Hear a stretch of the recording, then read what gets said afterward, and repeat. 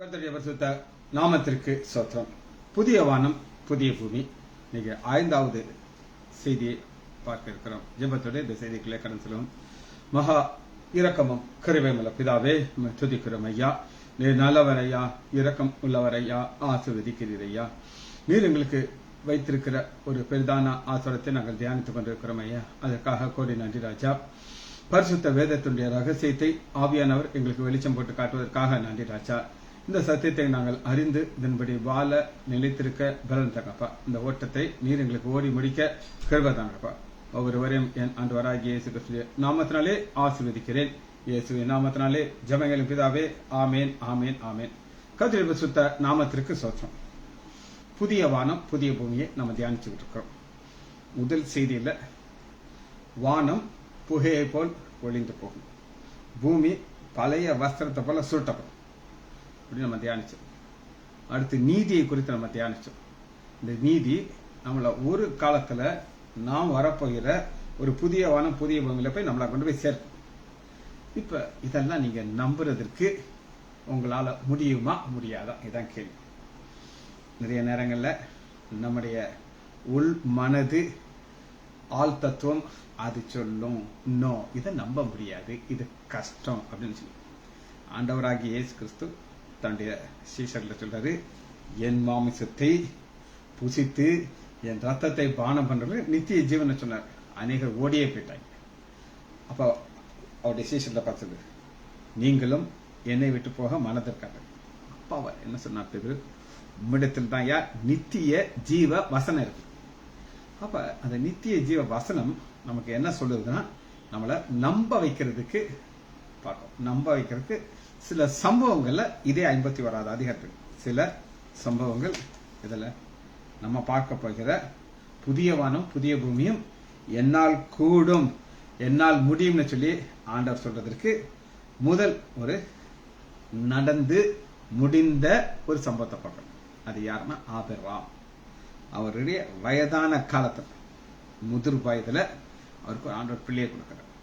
முதிர் வயதுல அப்ப அந்த முதிர் வயதுல அவருக்கு ஒரு பிள்ளையை கொடுத்துட்டு அந்தால அவரை உடலை அவருக்கு என்ன வாக்குத்தத்தம் கொடுத்தாரோ அதை நிறைவேறி கொடுத்தார். நிறைவேற்ற அளவுக்கு அவரை பலப்படுத்தினாரு. இது நடந்து முடிந்த ஒரு சம்பவம். நடந்து முடிந்த சம்பவத்தை ஆண்டவர் சொல்லிட்டு, இதை செய்ய எனக்கு வல்லமை இருந்தால் அதை செய்ய எனக்கு வல்லமை இருக்கும். எனது புதிய வானம் புதியவை நான் உண்டு பண்ணணும். 2 வசனத்தை நான் வாசிக்கிறேன். ஏசாயா 51வது அதிகாரம் முதல் வசனம். நீதியை பின்பற்றி கர்த்தரை தேடுங்க, நீங்கள் எனக்கு செவி கொடுங்கள். ஏன் செவி கொடுக்க சொல்கிறார்னா, அந்த செவியில ஒரு விருத்த சேதனம் தேவை. விருத்த சேதனங்கிறதுனா அவிசுவாசங்கிறது இன்னும் உள்ள உட்கார்ந்துட்டு இருக்கும். அது செவி கொடுக்காதபடி செய்யும். அப்படி செவி கொடுக்காதபடி செய்யற காதை கேட்கிறார் ஆண்டவர். காதை கூடப்பா எங்கிட்ட கொடுங்கிறார். ஏசாயா 51வது அதிகாரம் முதல் வசனம், நீங்கள் எனக்கு செவி கொடுங்கள். செவி கொடுத்துட்டு அடுத்து என்ன சொல்லுகிறார்னா, உங்களுடைய மூதாதையரை பாருங்கள், முற்பிதாக்களை பாருங்கள் அப்படிங்கிறார். நீங்கள் வெட்டி எடுக்கப்பட்ட கண்மலையும் நீங்கள் தோண்டி எடுக்கப்பட்ட துறவின் குழியும் பாருங்கள். கண்மலை துறவு அப்படின்னா என்ன அர்த்தம் கேட்டீங்கன்னா, நீங்க எங்க இருந்து வந்தீங்க அதை சொல்றார். அதை பாருங்கிறார். எதை பார்க்கறதுக்கு முன்னாடி? புதிய வானமும் புதிய பூமியும் உன் கண் பார்க்கறதுக்கு முன்னாடி அந்த அவிசுவாசம் என்ன மட்டும் போனா, உங்க அப்பா உங்க தாத்தா மூதாதியர் பின்னாடி போய் போய் ஆபிரகாமை போய் பாருங்கிறார். 2வது வசனம், உங்கள் தகப்பனாகிய ஆபிரகாமையும், தகப்பன் அதான் முற்பிதா தகப்பனையும், உங்களை பெற்ற சாராயலையும் நோக்கி வந்து, ஆபிரகாமையும் சாராலையும் நம்ம கொஞ்சம் பார்க்கணும். பார்த்தா தான் ஆண்டவர் அவர்களை எப்படி கொண்டு வந்தாரு, எப்படி கொண்டு போனாரு, அவர்களுக்கு இருந்த அவிசுவாசத்தை எப்படி அவர் எடுத்துப்பட்டார், இதுதான் நம்ம பார்க்க போறோம். வாசிப்போமா? ஆதியாகமம் 18வது அதிகாரம் 9வது வசனம். நம்ம பார்க்கிறோம், 3 தேவதூதர்கள் வர்றாங்க. ஆனா அவர்கள் தேவதூதன் மனுஷர்கள் மாதிரி தான் வர்றாங்க. வந்து ஆபிரகாம் அவர்களை உபசரிக்கிறார். உபசரிக்கிறதுனா, ஐயா அங்க எங்க வீட்டுல வந்து சாப்பிடணும் அப்படின்னு சொல்லி கெஞ்சி கூத்தாடி கூப்பிட்டு வீட்டுக்குள்ள கூப்பிட்டு மனைவி சாரால பிரெட் அப்ப சுட வைக்கிறார். சுட வச்சுட்டு அவர்கள் ஆபிரகாமை நோக்கி, ஆதியாகமம் 18வது அதிகாரம் 8வது வசனம் 9வது வசனம், உன் மனைவி சாராள் எங்கே, இதோ அந்த கூடாரத்தில். அப்பொழுது அவர் இது தீர்க்க தரிசனமாக சொல்லுகிறார், இப்ப பிள்ளையே கிடையாது. ஒரு உற்பவ காலத்திற்கு அப்பொழுது உன் மனைவி ஆகிய சாராள் ஒரு குமாரன் இருப்பான் என்றார். சாராள் அவளுக்கு பின்புறமாக கூடாரத்தில் இதை ஒட்டு கேட்டு இருக்காங்க. அக்கா என்ன பேச போறாங்க, நம்ம கேட்போம், நம்ம பேச்சு அடிபடுதே, என் பேரை சொல்லி கேட்கறாங்களே, அடி நைஸா கேட்கறாங்க. கேட்ட உடனே என்ன நடக்குதுன்னா, அந்த நேரம் அவருடைய பொசிஷன், இதுதான் அவருடைய நிலைமை. ஆபிரகாமும் சாராலும் வயது சென்று முதிர் வயதுல இருந்துட்டு, வயசான ஆளுக.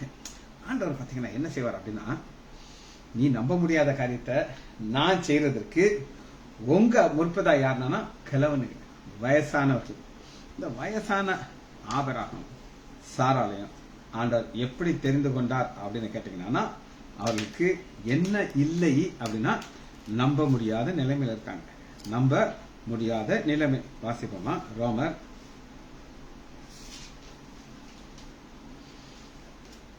4வது அதிகாரம். இதான் அவருடைய நிலைமை. 4வது அதிகாரம் 12. உன் சந்ததி இவ்வளவா இருக்கும் என்று சொல்லப்பட்டபடியே. அந்த சந்ததியை பார்த்து தான் சொல்றாரு, முற்பிதா எப்படி இருந்தாங்கன்னா, நீங்க எல்லாம் யாருமே பிறக்கல, அந்த நேரத்துல ஒன்று நடந்துச்சு, அதை நீ பாருங்கிறார். நான் அநேக ஜாதிகளுக்கு தகப்பனாவதை நம்புவதற்கு எதுவும் அதை நம்பிக்கையோடு விசுவாசம். ஆபிரகாம் என்ன செய்யறதுன்னா, நம்ப முடியாத நம்பினார். நீ வாசிக்கிறல ஏசாயா 51வது அதிகாரத்துல, நம்ப முடியாததை நீ நம்பணும். எது நம்ப முடியாது? எப்படி அந்த வானத்தை சுருட்ட முடியும், எப்படி அந்த பூமி அழிஞ்சு போக நம்ப முடியல. நம்பு. ஏன் நம்பணும்னா, உன் முற்பிதா அதை நம்பினார். எதை நம்பினாரு?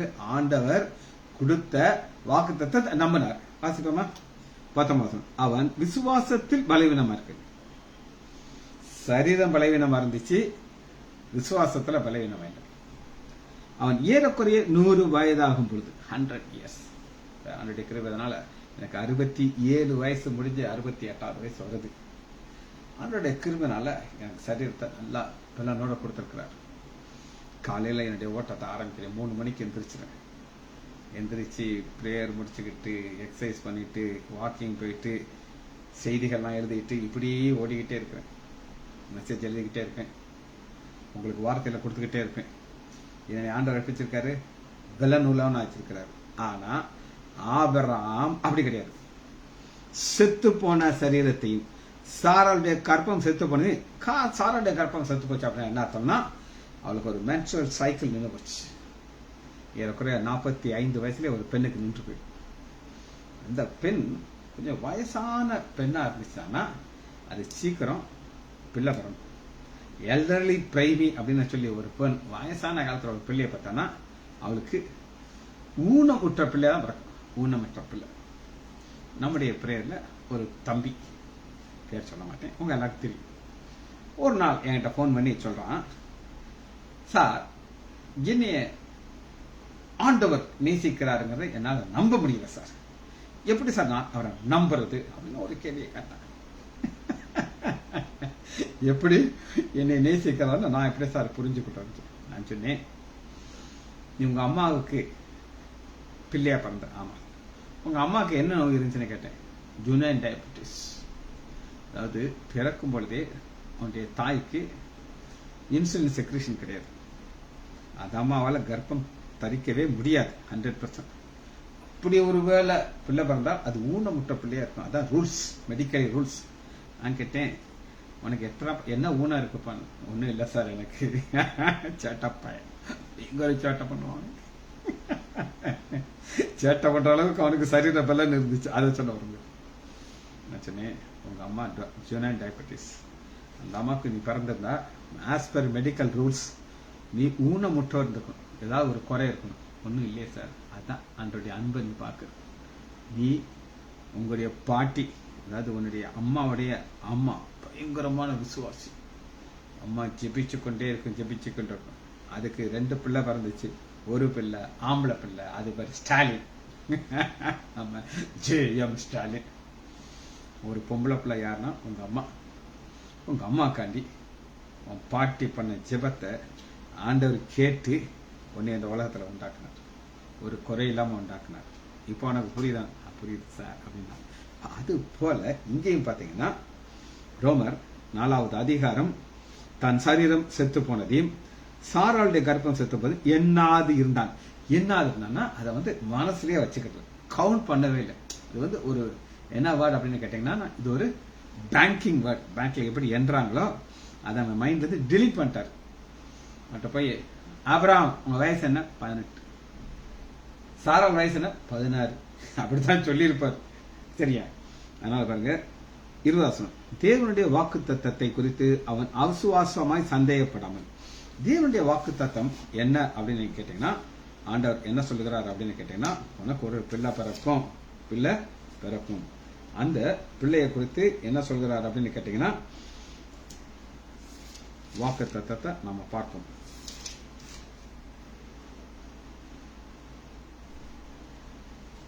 ஆதியாகமம்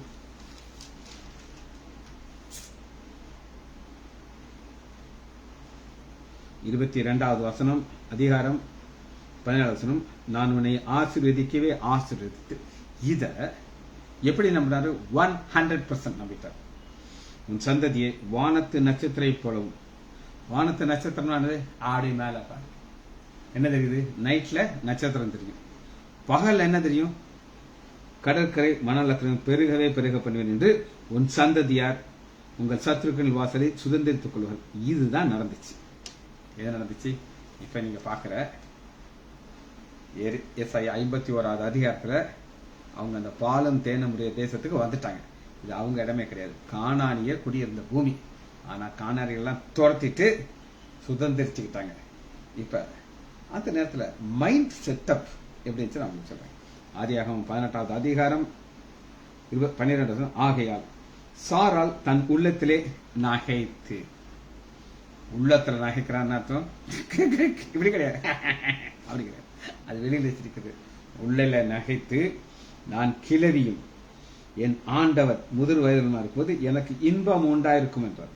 அப்பொழுது கர்த்தர் ஆபிரகாமை நோக்கி, சாராள் நகைத்து தான் கிழவியா இருக்க பிள்ளை மெய்ய என்று சொல்லணும். கர்த்தரால் ஆகாத காரியம் உண்டோ?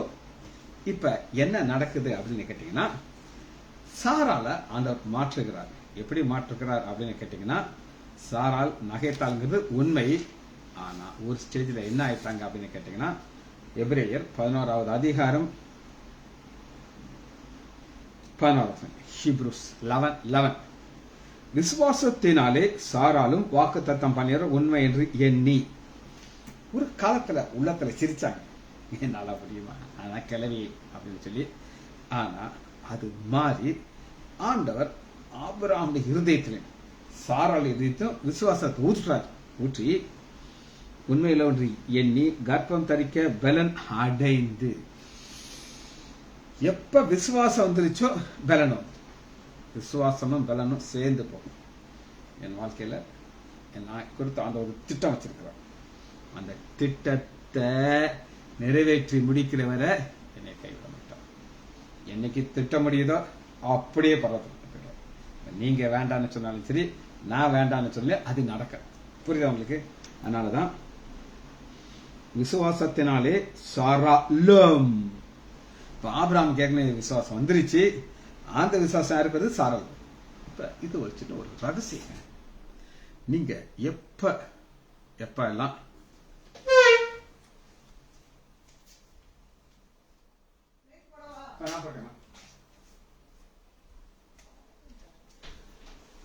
எப்ப எல்லாம் ஒரு விசுவாச ஒரு கூட்டத்தோட நீங்க இருந்தீங்கன்னா, அவர்களோட இணைந்து இருக்கும்போது உங்க வாழ்க்கையில் விசுவாசம் வரும். அவிசுவாசமான கூட்டத்தோட நீங்க சேர்ந்துட்டீங்கன்னா அவிசுவாசம் தான் வரும். இது நடக்காது அப்படிங்கறத சொல்ற கூட்டத்தோட நீங்க சேரக்கூடாது. அதனாலதான் 12 எபிரேயர் 11 ஆனா படியினால் சரீரம் செத்தவன் என்று எண்ணத்தக்கதாக ஒருவனாலே, அந்த ஒருவனால தான் தேசமே உண்டாச்சு. 12 கோத்திரம் வந்துச்சு. இந்த 12 கோத்திரத்திலிருந்து வந்த மக்கள் தான் சொல்றாரு, இப்ப நீ யார பார்க்கணும்னா அவிசுவாசத்தை பார்க்காத, என்னால நான் உன் முற்பிதாவாகிய ஆபிரகாம் சரீரம் செத்து போயிருச்சு, அப்ப அவனுக்கு நான் என்ன கொடுத்தேன் அப்படின்னு கேட்டீங்கன்னா, சரீரம் செத்தவன் என்று எண்ணப்பட்ட ஒருவனாலே வானத்தில் உள்ள பெருக்கமான நட்சத்திரத்தை போலவும். பெருக்கமான நட்சத்திரம் என்ன நான் உங்களுக்கு சொல்றேன். இப்ப விஞ்ஞானிகள் எவ்வளவோ விஞ்ஞானம் டெவலப் ஆயிட்டே இருக்கு. ஆனா திடீர்னு சயின்டிஸ்ட் அவங்களுடைய தொலைதூக்கி கருவி ஒரு பைனாக்குலர் வச்சு, அது சாதாரண பெரிய பைனாக்குலர் வச்சு புதுசா ஒரு நட்சத்திரத்தை கண்டுபிடிப்பாங்க. நட்சத்திரத்தை கண்டுபிடிச்சு அதுக்கு ஒரு பேரை போட்டுருவாங்க.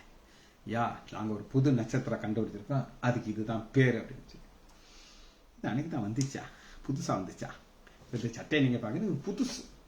நீங்க பாஸ்டரோட போய் ஒரு போட்டோ எடுக்கிறதுக்காண்டி ஒரு புது சட்டையை மனைவி கொடுத்தா. இது புது சட்டை, இதுக்கு முன்னாடி காலையில போட்டேன், அதுக்கு முன்னாடி நீங்க பார்த்திருக்க முடியாது. ஆனா இந்த நட்சத்திரம் அப்படி கிடையாது.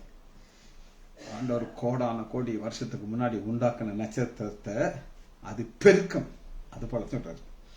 எபிரேயர் 11வது அதிகாரம் 12 வானத்தில் ஒருவனாலே வானத்தில் உள்ள பெருக்கமான நட்சத்திரத்தை போலவும். இந்த போலவும்னா ஒரு கம்பேரிட்டிவ் ஸ்டடி. அது எப்படி அப்படி நம்ப முடியாத அளவு இருக்குதோ, சந்ததியும் அது நம்ப முடியாத அளவு பெரிய இருக்கும். கடற்கரை மணலத்தினை போலவும் மிகுந்த ஜனங்கள் பிறந்தார்கள். அந்த பிறந்த ஜனத்தை தான் சொல்லுகிறார். என்ன சொல்லுகிறார் பாப்பமா? ஏசாயா 51வது அதிகாரம் 2 உங்கள் தகப்பனாகிய ஆபிரகாமையும் உங்களை பெற்ற சாராளையும் நோக்கி பாருங்கள். நீங்க இவங்களை நோக்கி பார்த்தீங்கன்னா அடுத்து நீங்க எதை பார்க்கலாம்? வானத்தை பார்க்கலாம், பூமியை பார்க்கலாம். இந்த வானமும் பூமியும் ஒரு நாள் அழிச்சு போயிடும். அவனை அழைத்து அவனை ஆசீர்வதித்து அவனை பெருக பண்ணின. இந்த பெருக்க பண்ணின தேவன் தான் இதையும் செய்யப்பாரு. சரி, எவிடன்ஸ் நம்பர் 1 முடிஞ்சிருச்சு. 2வது எவிடன்ஸ் பார்ப்போம். அது 3வது வசனம். கர்த்தர் சீயோனுக்கு ஆறுதல் செய்வார். இந்த ஆறுதல் எப்ப செய்வார்னா, ஆறுதலே இல்லாத நிலைமையில தான் செய்யப்பாரு. ஆறுதலே இல்லாத நிலைமை. இன்னைக்கு ஆறுதல் இல்லாம நிலைமையில இருக்கிற மக்களுக்கு ஆண்டவர் செய்வார், ஒரு பெரிய ஒரு ஆறுதலை செய்வார். அந்த ஆறுதலை செய்யறதுக்கு அவருக்கு என்ன இருக்கு? ஒரு வல்லமை இருக்கு. அந்த வல்லமை உள்ளதான் என்ன செய்யறாரு. இந்த வல்லமையை ஆண்டவர் எப்படி செய்வார் அப்படின்னு கேட்டீங்கன்னா,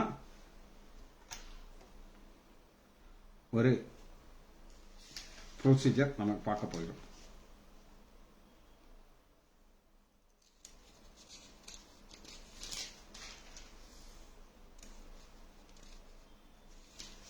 வாசிப்போமா? நெகேமியா 9வது அதிகாரம் 25வது வசனம். இப்ப அவங்க இருக்கிறதுக்கு பாலும் தேனும் ஓடுகிற தேசம். அந்த தேசத்துல இதுவரை அவங்க அடிமையா இருந்தாங்க. எகிப்துல அடிமையா இருந்த மக்களை ஆண்டவர் அழைச்சிட்டு வர்றாரு. அழைச்சு நெகேமியா அவங்களுடைய சொல்றாங்க. எப்படி சொல்லுகிறாருன்னு கேட்டீங்கன்னா, 9வது அதிகாரம் 26வது வசனம் 25 அவர்கள் அரணான பட்டணங்களில், அரணான பட்டணம் ஃபர்ஸ்ட் ஆசீர்வாதம், ஒரு ப்ரொடெக்ஷன் உள்ள சிட்டி. இப்ப எருசலேம் பாத்தீங்கன்னா அது ஒரு அரணான பட்டம், சுற்றி கோட்டை இருக்கும். அந்த மாதிரி பட்டத்தையும் செழுமையான பூமியை, 2வது செழுமையான பூமி. இப்ப விருதுநகர், இந்த ராமநாதபுரம் ஃபுல்லா நீங்க பாத்தீங்கன்னா கரிசல் மண், பருத்தியை தவிர இது வரையாது. ஆனா ராஜபாளையம், நாகர்கோயில் அந்த ஏரியாலாம் பாத்தீங்கன்னா செழிப்பான மண். கேரளால பாத்தீங்கன்னா சொல்ல வேண்டாம். சின்ன விதைங்க ஆசீர்வாதமா இருக்கும். அது ஒரு செழிப்பான ஒரு இடம். பூமியையும் கட்டிக்கொண்டு அப்படின்னா என்ன அர்த்தம்னா, இதுவரை அவனுக்கு அது சொந்தம் கிடையாது. ஆனா இது சொந்தமா மாறிடுச்சு. கட்டிக்கொண்டு சகலவித உடைமைகள் நிறைந்த வீடு. சகலவித உடைமைகள் நிறைந்த வீடு அப்படின்னா என்ன அப்படின்னு நீங்க கேட்டீங்கன்னா, நீங்க ஒரு வீடு கட்டுறீங்கன்னு வச்சுக்கோங்க. இந்த வீடு கட்டுவீங்க, கஷ்டப்பட்டு கட்டுவீங்க, கொஞ்சம் கையில இருக்க விசுவாசம் புரிஞ்சிடும், கொஞ்சம் கடன் வாங்கி கட்டுவீங்க. ஆனா இப்ப ஒரு ரிசார்ட் இருக்கு, ஒரு கன்ஸ்ட்ரக்டட் ஹவுஸ் இருக்கு. அந்த ஹவுஸுக்கு நீங்க உள்ள போனீங்கன்னா எல்லாம் இருக்கும். ஏசி வச்சிருப்பாங்க, மிக்சி இருக்கும், கேஸ் ஸ்டவ் இருக்கும், பெட்ரூம்ல பெட் இருக்கும், எல்லாமே இருக்கும். அந்த மாதிரி இது எப்படி நடந்துச்சுன்னா, அவங்க நல்லா வசதியா வாழ்ந்துட்டு இருந்தாங்க. ஆனா ஆண்டவர் என்ன செய்றாரு, அனுப்பி அத்தனை பேரையும் துரத்திட்டு கெட்டாத வீடை கொடுக்கிறார் பாருங்க. ஏராளமான திராட்சை தோட்டம், ஒலிவத்தோல், கனி தரும் விருட்சங்கள் சுதந்திரித்து கொண்டு உசைத்து திருப்தியாகி கொளுத்து பெரிய தயவுனாலே செல்வமாக வாழ்ந்தாங்க. இப்படித்தான் அவங்க என்ன செஞ்சாங்க, வாழ்ந்தாங்க. அப்படி வாழ்ந்திருந்தவங்களுக்கு ஆண்டவர் எப்படி ஆசீர்வதித்தார் அப்படின்னு கேட்டீங்கன்னா, ஒரு பெரிதான ஆசீர்வாதத்தை அவருக்கு கொடுத்தார். கொடுத்து அவர்களை வழி நடத்தினார். வழி நடத்தி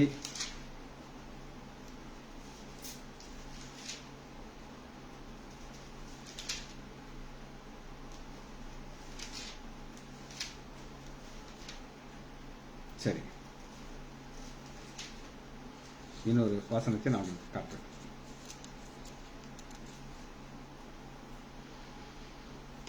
இது ஒரு புது கான்செப்டை நான் உங்களுக்கு காட்ட போகிறேன்.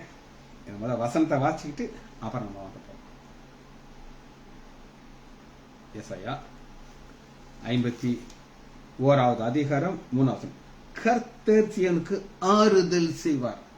ஆறுதல் யாருக்கு ஆறுதல் தேவை? யாருக்கு ஆறுதல் இல்லாதபடி கஷ்டத்தோடு வேதனையோடு இருக்கிற மக்களுக்கு தான் ஆறுதல் கிடைக்கும். இப்ப ஆண்டவர் சொல்லிட்டாரு, நீ உங்க அப்பாவை பாரு, தகப்பனார் பாரு சொல்லிட்டு அடுத்த ஸ்டெப் என்ன பண்றதுன்னா, சீயோனுக்கு ஆறுதல் செய்வார். அவர் அதன் பாலான ஸ்தலத்தை எல்லாம் தேர்தலடை செய்து அதை வனாந்தரத்தையும் ஏதேன் தோட்டத்தை, வனாந்தரம் மாதிரி இருந்துச்சு, ஏதேன் தோட்டத்தையும் கர்த்தருடைய தோட்டத்தை போல ஆக்குவார். சந்தோஷமும் மகிழ்ச்சியும் துதியும் அது உண்டாகும். சரி, இது புரிஞ்சுக்கிறதுக்கு பழைய ஏற்பாட்டில் ஒரு சம்பவத்தை பார்க்கணும். எஸ்ரா 7வது அதிகாரம் 12.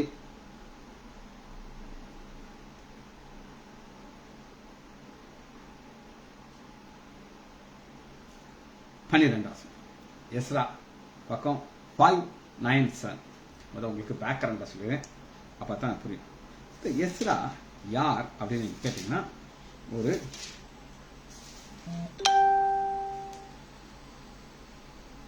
முதல் அதிகாரத்துல நம்ம பார்க்கிறோம்.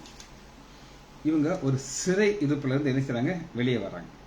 சிறை இருப்புல இருந்து வெளியே வந்து இவர்களுக்கு ஆண்டவர் என்ன செய்யறாருன்னா, ஒரு ராஜா மூலமாக ஒரு ஆலயத்தை கட்டுறதுக்கு ஒரு கிருபை பாராட்டுறார். ஆலயம் கட்டப்பட்டாச்சு. 3வது அதிகாரம் பாருங்க. முந்தினாலையும் பிந்தினாலையும் கம்பீரமா சத்தம் போடுறாங்க. அப்ப ஒர்க்க ஆரம்பிச்சிருச்சு, பிரச்சனை ஆரம்பிச்சிருச்சு. பிரச்சனை ஆரம்பிச்ச உடனே அவங்க சமாதானம் ஃபுல்லா போயிருக்கு. இந்த சமாதானம் போன உடனே எஸ்ரா 7வது அதிகாரத்துல ராஜா, அந்த தேசத்து ராஜா, அவரே ஒரு கடிதத்தை எழுதுறார். எஸ்ரா கடிதம் என்ன எழுதுறார் பாருங்க.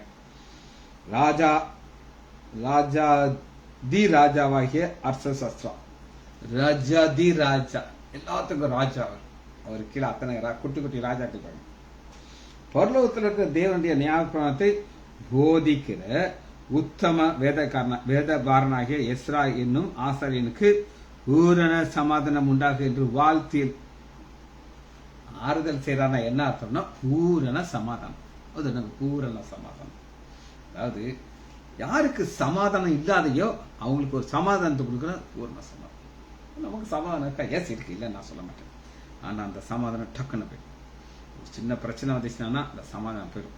ஒரு குடும்பத்துல ஒரு சூழ்நிலை வரும், பிரச்சனை வந்தா அப்படி போயிடும். ஆனா ஆண்டவர் சொல்றாரு, யார் மூலமா எழுதுறாரு? ராஜாதி ராஜா எழுதுறாரு. என்ன சொல்றாரு அப்படின்னு கேட்டீங்கன்னா, நீ யார் சாதாரண ஆள் கிடையாது. நியாயப்பிரமாணத்தை போதிக்கிற டீச்சர். இது டீச்சருக்கு ஸ்பெஷல் பிளஸிங். உங்களுக்கு எத்தனை போதகர் தெரியுமா? தெரியாது. அதுவும் எல்லா பாஸ்டரும் டீச் பண்ண மாட்டாங்க. நான் பைபிள் 2000 ரட்சிக்கப்பட்டேன். 2000 ரட்சிக்கப்பட்ட பிறகு அன்பு ராஜ், அன்பின் கிடையாது, அன்பின் நம்ம ஊர்ல இருக்க அன்பு ராஜ், என்னோட ஷார்ட். அவர் ஒரு போஸ்ட் மாஸ்டரா இருந்து வேலையை ரிசைன் பண்ணிட்டு பாஸ்டர் ஆகி எங்க அழைப்பாங்க. அவரு ஞாயிற்றுக்கிழமை செய்தி கொடுக்கும்போது ஒரு 2 சம்பவத்தை சொல்றாரு. இதற்கு உங்களுக்கு பதில் தெரிஞ்சா தயவு செய்து சாயங்காலம் 7 மணிக்கு வந்துடாதீங்க, தெரியலன்னா வாங்க, நான் உங்களுக்கு சொல்லி தருவேன். இப்படிதான் சொல்லுவார். ரொம்ப அருமையா இருக்கும். நான் ரட்சிக்கப்பட்ட போது பயங்கர தாகம் எனக்கு. நான் எந்த ஊருக்கு போனாலும் சாயங்காலம் 6:45 விருதுல இருக்கணும். ஏன்னா அவர் பைபிள் ஸ்டடிக்கு நான் அட்டன் பண்ணணும். அந்த கத்துக்கிட்டு ஆண்டவர் என்னைய உயர்த்தினார். உயர்த்தி என்ன சொல்லுகிறார் அப்படின்னு கேட்டீங்கன்னா, ஆசாரியனுக்கு பூரண சமாதானம் வாழ்த்து எழுதுகிறார். இந்த வாழ்த்துதலுக்குள்ள என்ன இருக்கு அப்படின்னு கேட்டீங்கன்னா, ஆசீர்வாதம் இருக்கு. என்ன இருக்குது? ஆசீர்வாதம். அது என்ன ஆசீர்வாதம் அப்படின்னு கேட்டீங்கன்னா, 16வது வசனம், பாபிலோன் சீமை எங்கும் உனக்கு கிடைக்கும் எல்லா வெள்ளியும் பொன்னும். உன்னுடைய ஜனம் வெள்ளி பொன் த காஸ்ட்லியஸ்ட் காரியம். அங்க இருந்து எதுவரை உனக்கு அங்க ஆரம்பிச்சு எதுவரை உனக்கு கிடைக்கும் அப்படின்னு கேட்டீங்கன்னா, 7வது அதிகம் 22 வேண்டிய உப்புக்கு என்ன விலைங்க? ஒண்ணுமே கிடையாது. விலை இருக்கு, இல்ல நான் சொல்ல மாட்டேன். இவ்வளவு பெருசா கொடுப்பான், 5 ரூபா சொல்லுவான். அப்ப கோல்டு இம்முட்டு கோண்டுக்கு 5000 6000. ஆனா அதுல இருந்து இதுவரை எல்லாத்தையும் உனக்கு கொடுப்பேன். உப்பு முதல் எல்லாத்தையும் நான் கொடுத்துருவேன். அப்படி நான் உனக்கு கொடுப்பேன். அதனால உனக்கு என்ன தேவையில்லை? 23 வசனம் வாசிக்கிறேன். பரலோகத்தின் தேவனுடைய கற்பனையின்படியே. இப்ப என்ன நடக்குது நான் உங்களுக்கு சொல்றேன். பரலோக தேவனுடைய கற்பனை அப்படின்னா, எஸ்ரா ஒரு தேவனுடைய திட்டத்தின்படி வர்றார் எருசலேமுக்கு. அங்க எல்லா பிரச்சனையும் பார்க்கிறாரு. தேவ ஆலயம் கட்டப்படணும், ஆனா தடை வருது. இப்ப எல்லாரும்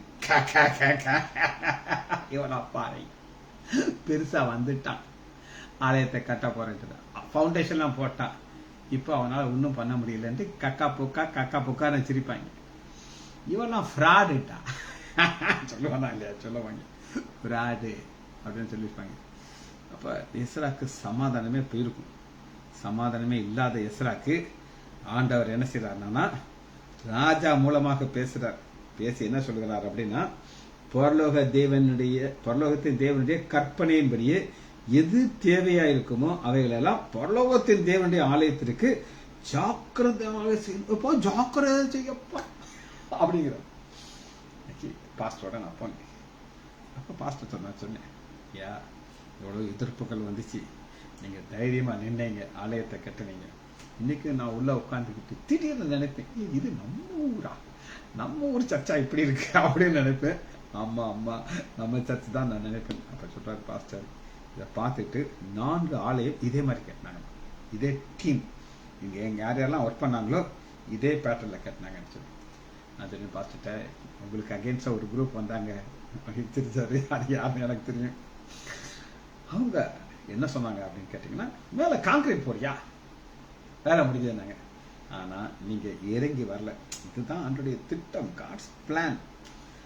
அப்படி நீங்க போட்டிருந்தீங்கன்னா உங்களுக்கு ஒரு சிலர் எதிரி வந்திருக்க மாட்டாங்க. ஆனா இன்னைக்கும் ஒரு சிலர் எதிரியா இருக்காங்க. ஆனா தேவன் உங்களை உயர்த்துகிறார். அப்படித்தான் நான் பாஸ் பண்ணி கேட்டேன். சிரிச்சுக்கிட்டேன். ஆமா சொன்னாரு.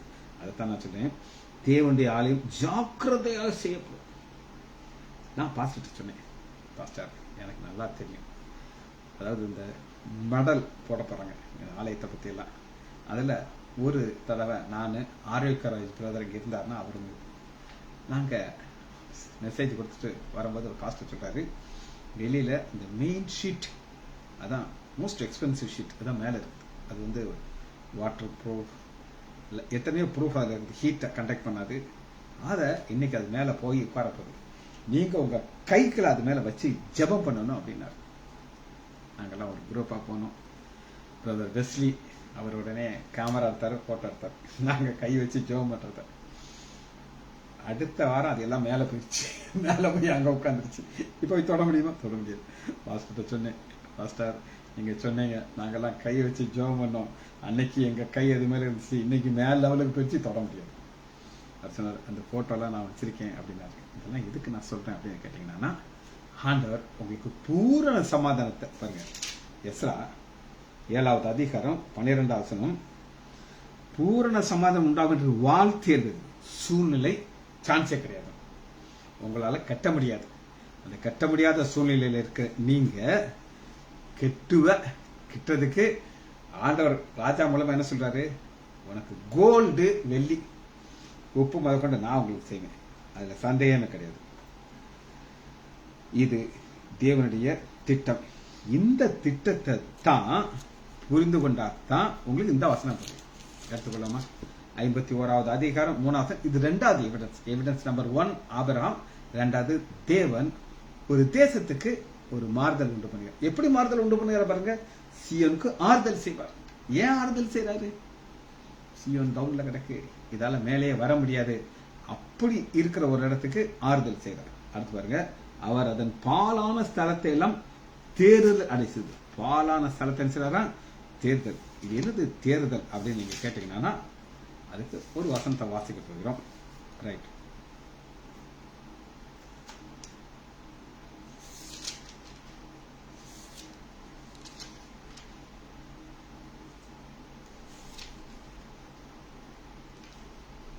இன்னொரு அழகான சத்தியத்தை உங்களுக்கு டீச் பண்ண போகிறேன். ஏசாயா 26வது அதிகாரம் 2 நகரத்தை பார்க்கணும். 2 நகரம். ஒரு நகரம் எப்படி இருக்கு அப்படின்னு கேட்டீங்கன்னா 26வது அதிகாரம் 1 வசனம். இதெல்லாமே ஆறுதல்லாம் என்ன அதை புரிஞ்சுக்கிறதுக்கு நடந்து முடிஞ்ச சம்பவத்தை நான் காட்டுறேன். 2வது எவிடன்ஸா காட்டுறேன் உங்களுக்கு. ஏசாயா 26வது அதிகாரம், அக்காலத்திலே யூதா தேசத்திலே பாடம் பெலனான நகரம் நமக்கு உண்டு, ரட்சிப்பே அதன் மதிலா இருக்கும். இந்த பெலனான நகரம் பெயர் என்ன அப்படின்னு கேட்டீங்க, எருசலேம். சரியா? இது ஒரு நகரம். 2வது நகரம் என்ன அப்படின்னு கேட்டீங்கன்னா 5வது வசனம், உயர்ந்த நகரம். அந்த உயர்ந்த நகரம் எதுனா பாபிலோன். 2 நகரத்தை நம்ம பார்க்கணும்.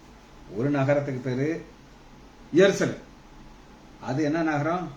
பெலனான நகரம். ரட்சிப்பே அதன் மதில். ரட்சிக்கப்பட்டு ஒரு மதிலா வச்சு அதை பாதுகாக்கிறார். சத்தியத்தை கை கொண்டு நீதியா ஒரு அதுக்குள்ள வருவாங்க. ஆனா 5வது வசனம், அவர் உயரத்திலே வாசமாயிருக்கிறவர்களை கீழே தள்ளுகிறார். அப்ப இந்த உயரத்துல வாசமாயிருக்கிற பாபிலோனை கீழே தள்ளுறாரு.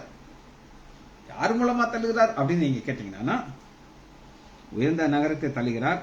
அவர் தரை மட்டும் தாழ்த்தி அது மண்ணாக மட்டும் மிடிய பண்ணுகிறார். அதுக்கு யாரை யூஸ் பண்றாருன்னா, அந்த ஆண்டுடைய பிள்ளைகள். யாரு?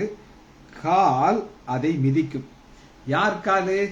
முதல் வசனத்துல இருக்கிற பெலனான நகரத்துல இருக்கிற அவர்கள் சத்தியத்தை உள்ள பிரவேசித்து என்ன செய்யறாங்க அப்படின்னு கேட்டீங்கன்னா 3 வசனம், உண்மை உறுதியாக பற்றி கொள்ள மனதிலும் உண்மையை நம்பி இருக்கணும், இது அவனுக்கு பூரண சமாதானத்தை கொடுக்கு.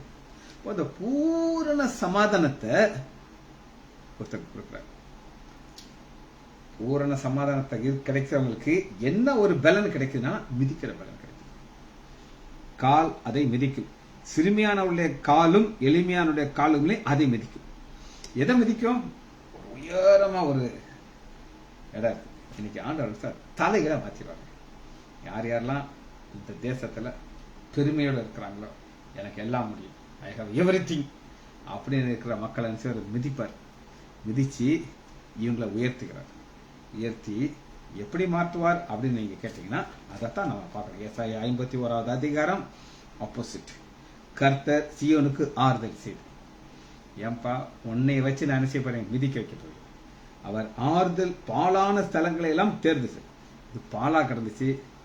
எரேமியா மூலமாக அதை உயர்த்துகிறார். உயர்த்தி அது வனாந்தரத்தை ஏதனை புறம். எருசலேமை கட்ட முடியாதுன்னு நினைக்கிறாங்க, கட்ட வைக்கிறார். அதன் அவாந்தர வெளியை கர்த்தருடைய தோட்டத்தை போலும் ஆக்குவார்.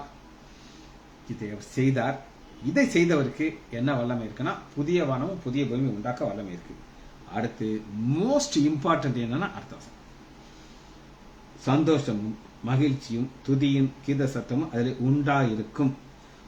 அந்த வனாந்தரத்துல இதுவுமே இருக்காது. தேர்தல் அடையிறதுக்கு எதுவுமே இருக்காது. ஆனா இப்ப பாருங்க சந்தோஷம். என் வாழ்க்கையை நான் உங்களுக்கு ஒரு உதாரணம் சொல்றேன். எத்தனையோ பாடுகள் வழியா போகிறோம், கஷ்டத்தின் வழியா போகிறேன். ஆனாலும் ஆண்டவனே கைவிட்டதே இல்லை. இன்னைக்கு வர கைவிடாதபடி உயர்த்தி என்னிடத்திலிருந்து ஒரு சத்தம் வரும். அது என்ன சத்தம்? பாரீர் அருணோதயம் போல் உதித்து வரும் இவர் யாரோ, முகம் சூரியன் போல் பிரகாசம், சத்தம் பெரும் வெள்ள இறைச்சல் போல. இயேசுவே ஆத்மநேசரே, சாரோனின் ரோஜாவே, லீலி புஷ்பமாமேன், 10,000 சிறந்தோர், காட்டு மரங்களில் கிச்சிலி போல் எந்த நேசரதோ நிற்கிறார். காட்டு மரங்களில் கிச்சிலி போல் எந்த நேசரதோ நிற்கிறார். நாமம் உற்றுன்ற பரிமளமே இன்ப ரசத்திலும் அதி மதுரம். நாமம் உற்றுன்ற பரிமளமே இன்ப ரசத்திலும் அதி மதுரம். இயேசுவே ஆத்மநேசரே சாரோனின் ரோஜாவே லிலி புஷ்பமே. 10,000 காலில் சிறந்தோர் அவர் இடக்கையின் தலை கீழே வலக்கரத்தாலே தாங்குகிறார்.